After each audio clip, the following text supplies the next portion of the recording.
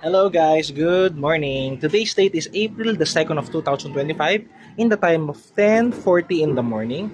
So ngayong araw na to ay meron tayong kinakaharap na minor problem sa ating vendo dahil um, hindi siya tumutunog.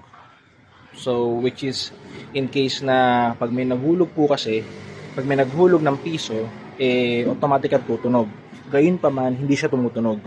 Isang dahilan yan kung bakit hindi siya nagdi-dispense ng tubig at hindi rin siya tumutunog dahil nabasa ang ating sensor. Kasi tanda natin guys kapag ikaw ay nasa mundo ng vendo, ang laging issue dyan ay yung sensor, which is yung parang coin slot. Okay?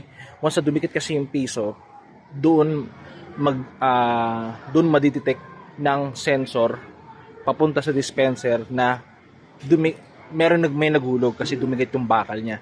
So gayon pa man, kahit anong hulog ko ng piso hindi talaga bumabagsak yung tubig. Hindi talaga na nadidetect ng sensor yung piso. Ang dahilan kasi basa. Okay? So ang kailangan natin gawin, unang-una ay palitan natin ng sensor. Okay? So bumili ako ng maraming sensor sa Shopee. Kumbaga isang bundle na, maramihan.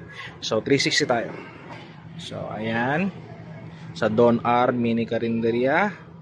So ito ang ating vendo. Okay? So binuksan na natin. Ayan. Ito ang ating pusa. Okay. So ngayon, bubuksan natin to. Okay? So wait a second. Alright, so ayun, natanggal na natin yung mga nuts niya. Okay? So hilayin na po natin to. Okay, ayan. Oops, ingat lang ha. Ayan na po. Ayan.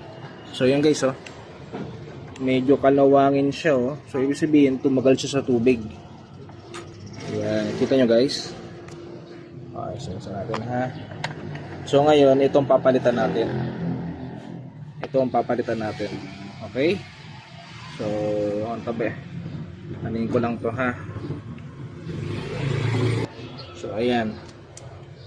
Ito na po. Okay, tanggalin natin screw para hindi sagabal. Tatlo. So, kunin natin ang screw.